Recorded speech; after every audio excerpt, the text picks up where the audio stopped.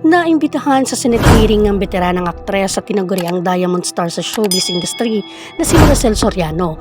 Ito ay matapos mag-viral ang umano ay pagkakasangkot ng aktres sa illegal na droga. Naging mainit ang diskusyon na naganap sa Senate hearing habang iniimbestigahan ng mga senador ang dating empleyado at investigador ng PDEA. Ito ay si Agent Jonathan Morales. Ayon pa kay Agent Morales ay kasama umano sa drug list ng PDEA ang aktres na si Maricel Soriano, gayon din ang kasalukuyang presidente na si Bongbong Marcos. Ito raw ay base sa kanyang confidential informant na nagbibigay ng impormasyon sa kanya, gayon din ang mga litrato na nagpapatunay na sangkot nga sa iligal na gawain ang ilang personalidad kabilang na si PBBM. Hinamon naman ni Senator Jinggoy Estrada na maglabas si Morales ng mga ebidensya, ngunit ayon nga kay Agent Morales ay nasa pangangalaga umano ng PDEA ang lahat ng files at mga ebidensya. Hinamon din ng mga senador si Morales na ibigay ang pangalan ng kanyang confidential informant upang patunayan raw ang kanyang mga aligasyon.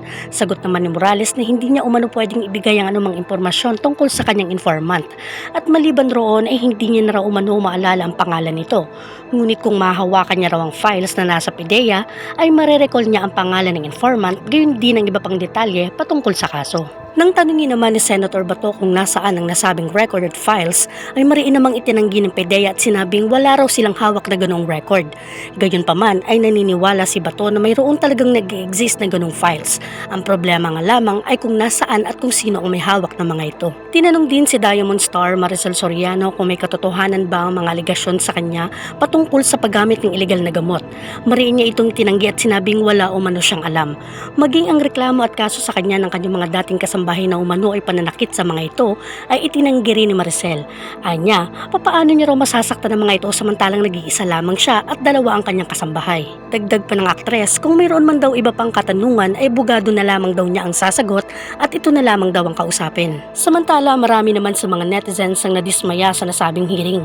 Ayon sa kanila ay nag-aksaya lamang daw ng tax at oras sa mga ito at tinawag pang clown ng ilang senador. Halatang halata umano na may pinapanigan at pinagtatakpan ng mga ito.